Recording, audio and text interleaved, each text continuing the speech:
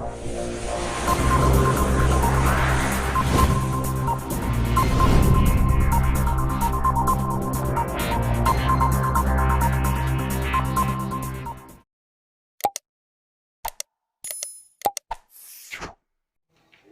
Morning students, RL गुरुजी में आपका स्वागत है। मैं खुर्ज फर्नांडिस आज आपके लिए साइंस की यानी कि विज्ञान की कक्षा 10 की विज्ञान एनसीईआरटी बेस्ड पढ़ाऊंगा। ठीक है बच्चों, आज हम फर्स्ट चैप्टर स्टार्ट करते हैं साइंस में, केमिस्ट्री में यानी कि रसायन विज्ञान में। पहला चैप्टर हमारा रासायनिक अभिक्रियाएं एवं समीकरण, केमिकल रिएक्शंस एंड इक्वेशंस। ठीक है बच्चों, इसमें हम फर्स्ट हेडिंग पढ़ते हैं रासायनिक समीकरण क्या होती है। नंबर 1, रासायनिक समीकरण। रासायनिक समीकरण, केमिकल इक्वेशन।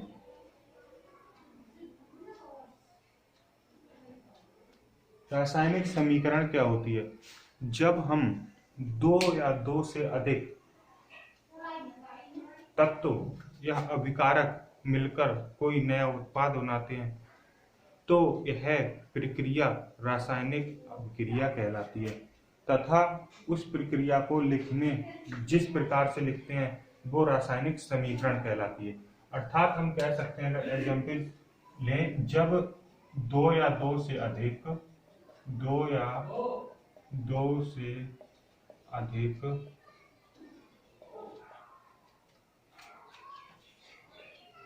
अभिकारक मिलकर कोई नया उत्पाद बनाते हैं तो यह प्रक्रिया रासायनिक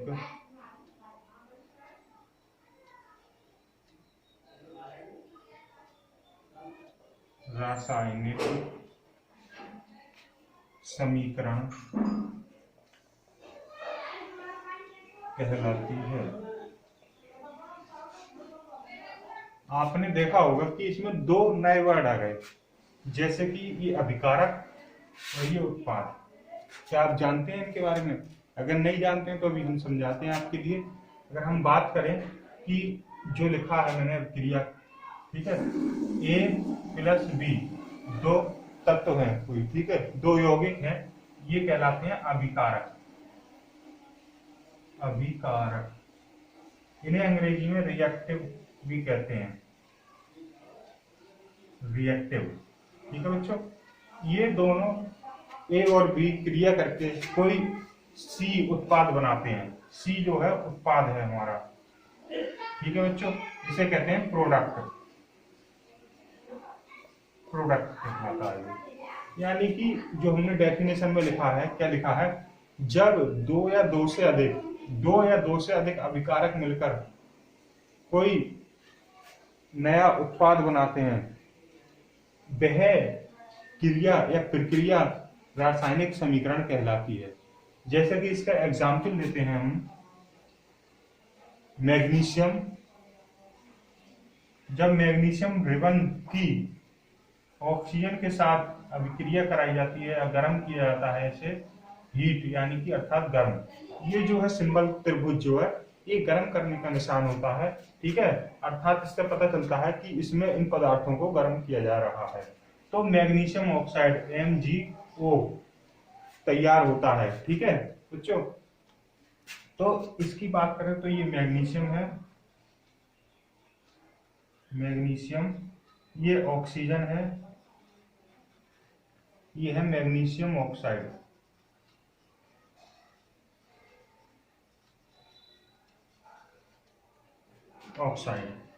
तो इस प्रक्रिया को रासायनिक समीकरण कहते हैं। दूसरा एग्जाम्पल देखते हैं, जैसे कि हाइड्रोजन है और ऑक्सीजन है, दोनों आपस में अभिक्रिया करके H2O यानी कि जल का निर्माण करते हैं। ठीक है बच्चों, ये हाइड्रोजन है ये ऑक्सीजन है, ये जल है।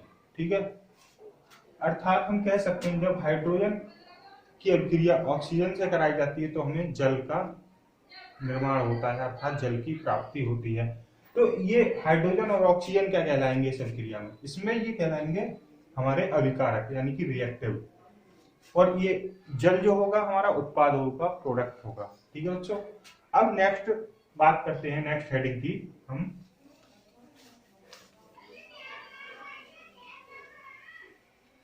तो नेक्स्ट हेडिंग की अगर हम बात करते हैं तो नेक्स्ट हेडिंग है हमारी रासायनिक समीकरण लिखना, यानी कि रासायनिक समीकरण को हम लिखते कैसे हैं। दूसरा हेडिंग है हमारा रासायनिक समीकरण लिखना। रासायनिक समीकरण लिखना, right chemical equations.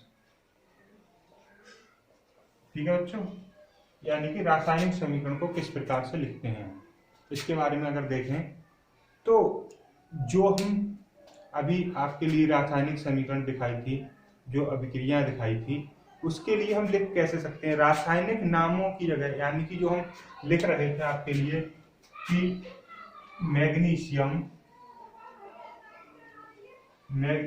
Plus oxygen और गर्म किया इसे तो मैग्नीशियम ऑक्साइड बन रहा है, मैग्नीशियम ऑक्साइड जो बन रहा है। ये हो गए तत्वों के नाम यानी कि यौगिक के नाम। ठीक है बच्चों, अब हम इनके लिए रासायनिक सूत्रों में परिवर्तित करके लिख दें। रासायनिक सूत्रों में कैसे? मैग्नीशियम का रासायनिक सूत्र होता है Mg, ऑक्सीजन का होता है O2, अगर इसकी क्रिया कराएंगे तो MgO बन जाएगा, मैग्नीशियम ऑक्साइड। तो ये जो हमने लिखी है ये होगी हमारी समीकरण, अर्थात हम कह सकते हैं कि रासायनिक किसी भी अभिक्रिया में रासायनिक नामों की जगह, ठीक है, रासायनिक सूत्रों का प्रयोग करना रासायनिक समीकरण कहलाती है। ठीक है बच्चों, समझ में आया आपके लिए? अब नेक्स्ट चलते हैं रासायनिक समीकरण का महत्व। अब ये मान लीजिए आपने देखा होगा कि मैग्नीशियम है, ऑक्सीजन है, यहाँ पे दो मैग्नीशियम है, एक मैग्नीशियम है, दो ऑक्सीजन है। ठीक है, ऑक्सीजन के अणु दो हैं। अगर हम यहाँ पे देखते हैं तो मैग्नीशियम का भी एक परमाणु है यहाँ पे और ऑक्सीजन का भी एक है, अर्थात यहाँ पे दो है, यहाँ पे एक है। तो ये बैलेंस है इक्वेशन? नहीं है, यानी कि ये अभी समीकरण बैलेंस नहीं है। ठीक है, तो संतुलित हमारे लिए इस रासायनिक समीकरण को संतुलित करना पड़ेगा। संतुलित किस प्रकार से करते हैं उसके बारे में पढ़ेंगे हम। तो सबसे पहले हम जानेंगे रासायनिक समीकरण संतुलित करने का महत्व क्या होता है। ठीक है बच्चों, तो हम हेडिंग डालते हैं 3rd नंबर अपनी, संतुलित रासायनिक समीकरण का महत्व। संतुलित रासायनिक समीकरण का महत्व, इम्पोर्टेंस ऑफ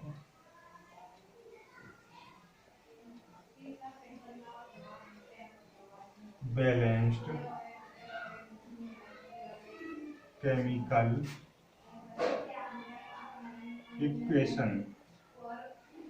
ठीक है बच्चों, रासायनिक समीकरण को संतुलित क्यों किया जाता है? हमें रासायनिक समीकरण संतुलित करने की इसलिए आवश्यकता पड़ती है ताकि आप देखा होगा आपने कि उत्पाद और अभिकारक, ये A और B ये अभिकारक है, ये C उत्पाद बना दिया। ठीक है, अर्थात इन्हें इस तरह से भी लिख सकते हैं कि A2 है और B2 है। ठीक है बच्चों, तो ये A2B एक उत्पाद बन गया। ये अभिकारक है, रिएक्टिव है, ये है प्रोडक्ट यानी कि उत्पाद। ठीक है बच्चों, तो ये रिएक्टिव आपने देखा होगा यहाँ A की वैल्यू 2 है, B की वैल्यू 2 है।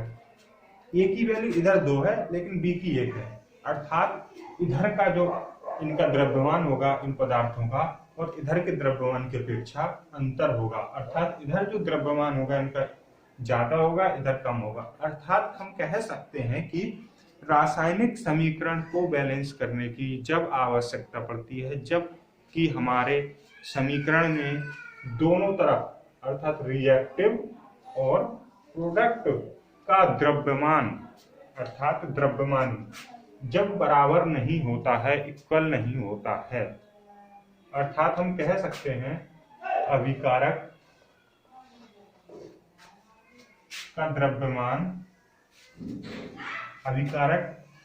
का द्रव्यमान नॉट इक्वल टू जब अभिकारक का द्रव्यमान इक्वल टू नहीं है उत्पाद के, जब अभिकारक का द्रव्यमान उत्पाद के द्रव्यमान के बराबर नहीं है तो हमारे लिए रासायनिक समीकरण को संतुलित करना पड़ेगा। अर्थात समझ में आ गया आपके लिए महत्व ये होता है कि रासायनिक समीकरण के द्रव्यमानों अभिकारक तथा उत्पाद के द्रव्यमानों को संतुलित रखने के लिए हमें रासायनिक समीकरण को बैलेंस करने की आवश्यकता पड़ती है। ठीक है बच्चों, आया समझ में। अब हम बात करते हैं रासायनिक समीकरण संतुलित करना, अर्थात समीकरण को संतुलित कैसे करते हैं। फोर्थ हमारा हेडिंग है समीकरण संतुलित करना। फोर्थ नंबर है समीकरण संतुलित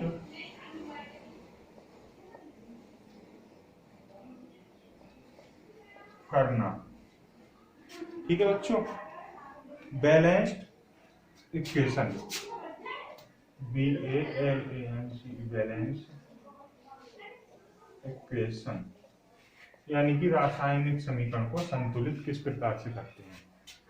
चलिए बच्चों, अब हम बात करते हैं रासायनिक समीकरण संतुलित करना। रासायनिक समीकरण संतुलित करना, रासायनिक समीकरण को किस प्रकार से संतुलित करते हैं।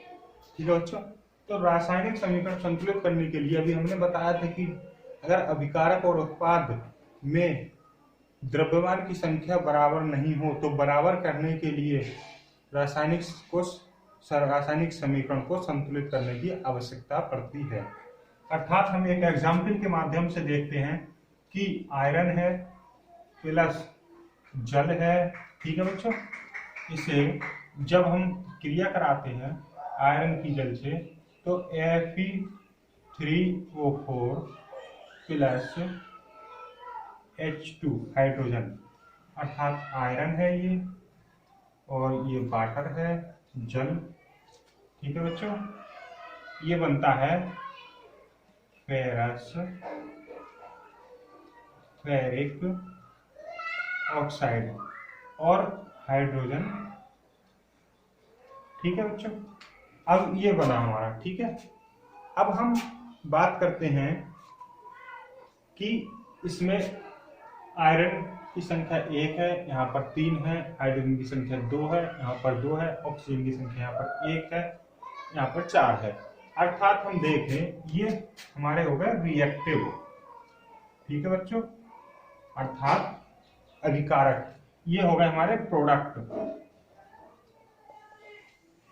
ठीक है बच्चों, यानी कि उत्पाद।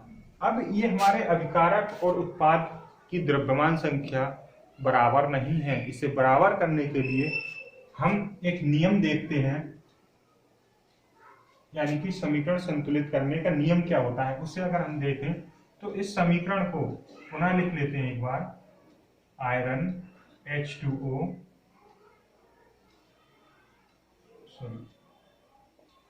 Iron H2O Fe3O4 plus H2। ठीक है बच्चों, अब हम सर्वप्रथम ये जो यौगिक हैं, ठीक है बच्चों, इनके चारों तरफ एक बॉक्स बना लेते हैं, सभी यौगिक के चारों तरफ।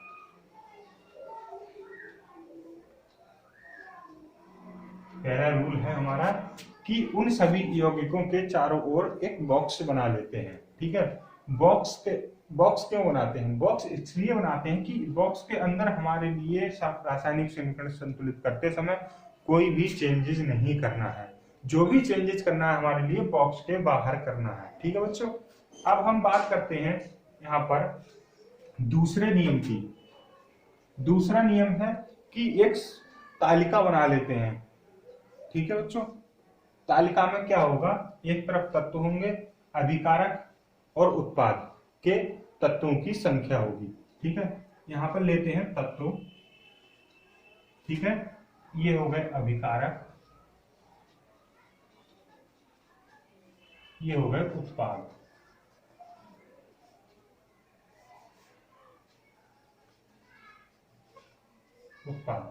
अब हम देखते हैं तत्वों में क्या क्या है।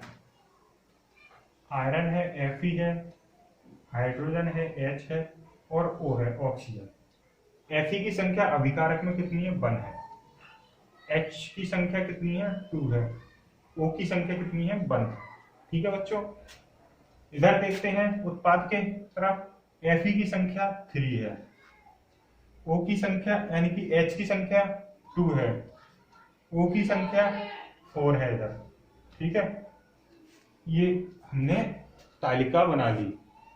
ठीक है बच्चों, अब तीसरा नियम होता है हमारा कि इन सबसे पहले सबसे अधिक संख्या वाले तत्व को, चाहे वो उत्पाद हो या अभिकारक हो, उसके लिए संतुलित करते हैं। तो हम संतुलित करते हैं किस प्रकार से, अब हम देखेंगे किसमें सबसे ज्यादा संख्या है। Fe की 1 है और 3 है, हाइड्रोजन की 2 है, ऑक्सीजन की 1 है और 4 है। अर्थात इसमें हम देखते हैं कि ऑक्सीजन के उत्पाद की संख्या 4 है। सबसे पहले ऑक्सीजन के उत्पाद को बराबर करेंगे। ठीक है बच्चों, तो उत्पाद को बराबर करने के लिए यहाँ पर 4 है, तो 1 की जगह 4 करने के लिए यहाँ पर 4 से मल्टीप्लाई करते हैं, तो इसकी संख्या हुई 4। अर्थात हम देखते हैं कि ऑक्सीजन की अभिकारक में भी संख्या 4 है, उत्पाद में भी संख्या 4 है। तो अब हम यहाँ पर 4 लिख देते हैं। ठीक है बच्चों, यहाँ पर देखेंगे हम कि 4 इंटू 1 यानी कि 4 हो गई, 4O हो गए, यहाँ पर ऑलरेडी 4O है। ठीक है, तो बराबर हो गई। अब हम उससे कम परमाणु संख्या वाले तत्व को बैलेंस करेंगे, तो उससे कम है आयरन, Fe की यहाँ पर 3 है संख्या। ठीक है, और यहाँ पर 1 है, तो यहाँ पर 3 करने के लिए यहाँ पर 3 से मल्टीप्लाई करते हैं, तो ये हो गई हमारी 3। हम देखेंगे यहाँ पर अभिकारक में चेंज किया है, तो अभिकारक के आगे 3 लगा देंगे। ठीक है, अब हमने देखा कि Fe की संख्या यहाँ 3 है, यहाँ पर भी 3 है। ठीक है, इक्वल हो गया। अब हम देखते हैं हाइड्रोजन हमने देखा कि यहाँ पर 4 से मल्टीप्लाई करने के बाद हाइड्रोजन की संख्या 8 हो गई हमारी। तो यहाँ पर अभिकारक में 4 से मल्टीप्लाई किया तो हमारी हाइड्रोजन की संख्या 8 हो गई। ठीक है, इसी तरह अब हम देखें तो इधर उत्पाद में हाइड्रोजन की संख्या 2 रह गई, तो इसे इक्वल करने के लिए हम इधर 4 से मल्टीप्लाई करेंगे और 8 हो जाएगा हमारा। ठीक है, अब हम देखते हैं कि हमारी रासायनिक समीकरण जो है बैलेंस हुई या नहीं, इसे पुनः एक बार चेक करते हैं। हम चेक करेंगे Fe की संख्या 3 है, हाइड्रोजन की संख्या 8 है, ऑक्सीजन की संख्या 4 है। ठीक है, इसमें भी चेक करते हैं रासायनिक समीकरण में कि Fe की संख्या 3 है, यहाँ भी 3 है, हाइड्रोजन की संख्या 8 है, 4 गुणा 2 8, यहाँ भी। अब यहाँ पर हमने चेंज किया था, तो यहाँ पर चेंज नहीं किया, तो यहाँ भी हमें लिखना है। अब कितनी हो गई, 8। ठीक है बच्चों, ऑक्सीजन की संख्या 4 है, इधर भी 4 है, अर्थात हमने देखा कि हमारी बैलेंस इक्वेशन जो है बैलेंस हो गई। ठीक है, अब अगर हम देखें जो अभिकारक का द्रव्यमान होगा वही हमारा उत्पाद का द्रव्यमान होगा। ठीक है, अब क्या करते हैं, बैलेंस करने के बाद हम समीकरण को पुनः ये बॉक्स हटाकर लिख देते हैं। अगला काम क्या करना है हमारे लिए कि ये समीकरण हमने संतुलित कर ली, ये बॉक्स हटाकर समीकरण को लिख देना है। Fe3O4 प्लस और H2, अर्थात ये हमारी बैलेंस समीकरण हो गई। नेक्स्ट वर्क हमारे लिए करना है इनकी अवस्थाओं के बारे में, भौतिक अवस्थाओं के बारे में लिखना है। आपने देखा होगा जो तत्व होते हैं, ठीक है, एलिमेंट जो होते हैं उनकी भौतिक अवस्थाएं, 4 भौतिक अवस्थाएं होती हैं। अगर हम भौतिक अवस्थाओं के बारे में देखें, भौतिक अवस्था तो 4 होती है। नंबर 1 ठोस, ठोस को सॉलिड कहते हैं, एस से प्रदर्शित करते हैं। दूसरा होता है द्रव, द्रव को लिक्विड कहते हैं, एल से प्रदर्शित करते हैं। तीसरा होता है गैस, गैस को जी से करते हैं। और चौथा होता है जलीय, जलीय को अंग्रेजी में कहते हैं एक्वस, तो एक क्यू से प्रदर्शित करते हैं उसे। ठीक है बच्चों, अब हम देखें इनकी जो है भौतिक अवस्था क्या क्या है इन तत्वों की। तो इसकी Fe जो होता है, आयरन जो होता है, लोहा ठोस होता है, तो इसकी होगी सॉलिड स्टेट। ठीक है, ये जो हम है अवस्थाएं लिख रहे हैं, भौतिक अवस्थाएं। हाइड्रोजन यानी कि सॉरी H2O, जल, जल की भौतिक अवस्था क्या होती है? जल कैसा होता है? लिक्विड होता है। ठीक है, द्रव होता है। तीसरा Fe3O4 की अगर हम बात करें बच्चों, Fe3O4 ये जो होगा जल, और इससे Fe भी मिला हुआ है, यानी कि ये ठोस है, ऑक्सीजन नम है, तो ये एक्वस जलीय हो जाएगा। ठीक है, और हाइड्रोजन ये होती है गैस। ठीक है बच्चों, तो इसकी हमने इस प्रकार से भौतिक अवस्थाओं का वर्णन किया। ठीक है बच्चों, इस विधि को, रासायनिक समीकरण संतुलित करने की इस विधि को हिट एंड ट्रायल विधि कहते हैं। हिट एवं ट्रायल विधि कहते हैं, हिट एवं ट्रायल विधि कहते हैं। ठीक है बच्चों, अब कल हम आपके लिए डिस्कस करेंगे रासायनिक अभिक्रियाओं के प्रकार, टाइप्स ऑफ केमिकल रिएक्शन। रासायनिक अभिक्रियाओं के प्रकार के बारे में बताएंगे। आज के लिए इतना ही काफी है। नेक्स्ट क्लास में हम मिलते हैं नेक्स्ट वीडियो के साथ। ठीक है, आपके लिए अंत तक बने रहने के लिए धन्यवाद। हमारे चैनल को RL गुरुजी को लाइक करें, सब्सक्राइब करें और शेयर करना ना भूलें। Thank you so much.